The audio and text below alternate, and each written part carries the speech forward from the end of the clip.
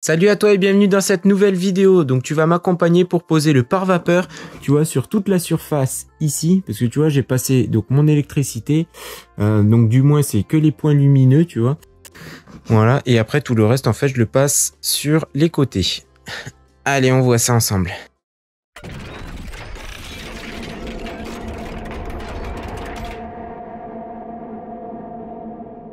Alors, pour poser un pare-vapeur, du coup, il te faut un pare-vapeur, tu vois. Donc, moi, c'est celui-là, avec un SD de 20.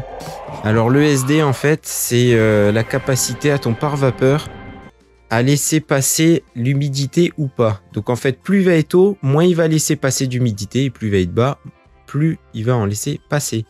Voilà. Donc, après, t'expliquer vraiment quelle valeur il te faut pour ton truc, franchement, ça, je sais pas. Ça va dépendre de toi, ta configuration.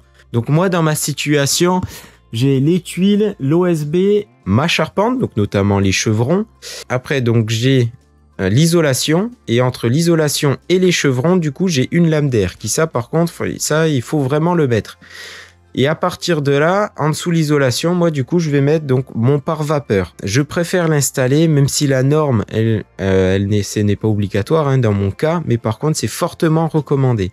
C'est obligatoire, je crois, dans les cas où tu as un écran HPV, où tu as plein de points où c'est justement obligatoire.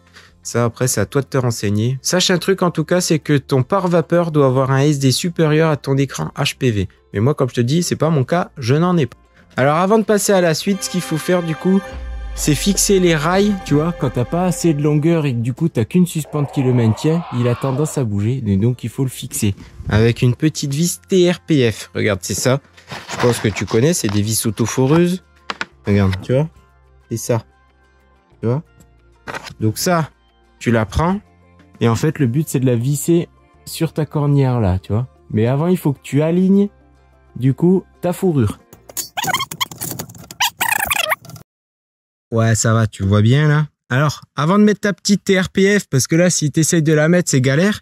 Moi, j'utilise tout simplement une vis à placo, tu vois, direct, pour faire mon pré-trou, en fait. Parce que même si elle est autoforeuse, hein, tu verras, c'est un peu galère.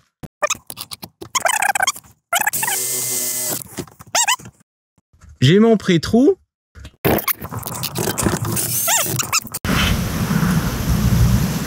Voilà. Et là, donc, du coup, ta fourrure, elle bouge plus, hein, vu qu'elle est fixée.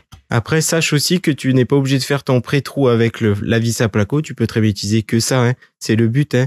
Tu vois, elle est autoforeuse. Mais je trouve que c'est beaucoup plus long. Bien souvent, elle est moins stable. Alors qu'une vis à placo boum, ça rentre direct. Et après, tu la ressors et tu mets ça.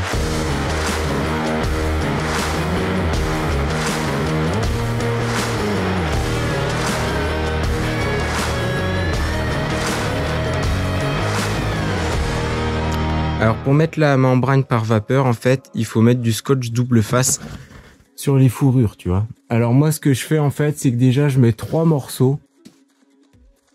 Tu vas les voir là 1, 2, 3 et pareil. Et une sur 2. Regarde, ça tient largement. Il y en a qui mettent sur chaque fourrure et tout le long. Bon, après ça, c'est à toi de voir. Moi, je sais que je trouve que ça sert pas à grand chose, sachant que ça tient et ça va être plaqué quasiment dans la foulée. Donc ça va pas se détacher ou quoi. Et puis bon, si ça se détache un peu, on verra. Mais je pense pas. Et juste en fait, au niveau du pignon, du coup, par contre, je vais faire qu'une bande pour tout, tu vois. Ça évite de casser le pare-vapeur et rajouter du scotch. Parce qu'après, t'en as quand même là, tu vois, du scotch, j'en ai. Hein, pour les laits. Mais du coup, là, par contre, je mettrai des plus gros bouts. Parce que c'est là où il y aura sûrement plus de poids, tu vois, je sais pas. Bon, on verra au fur et à mesure. Donc là, le but, alors, tu m'as pas vu faire parce qu'en fait, j'ai oublié d'enregistrer. Mais là, la première, en fait, c'est la plus galère, c'est celle où il fait le plus droit. Donc en fait, dans un premier temps, j'ai collé la première partie, et après, je suis monté. Et dès que j'ai vu, parce que côté pratique, c'est que le pare-vapeur, tu vois, il a toujours des carrés. Donc à ce moment-là, en fait, je me suis aligné sur ma fourrure au-dessus et j'ai vu qu'en bas j'étais pas droit, donc j'ai redécollé et j'ai remis. Voilà. Et je laisse du coup une marge, tu vois, sur le côté et au début. Sachant que moi je vais pas du tout remettre après sur les murs, hein. Ça va être que le plafond. Ça ira très très bien.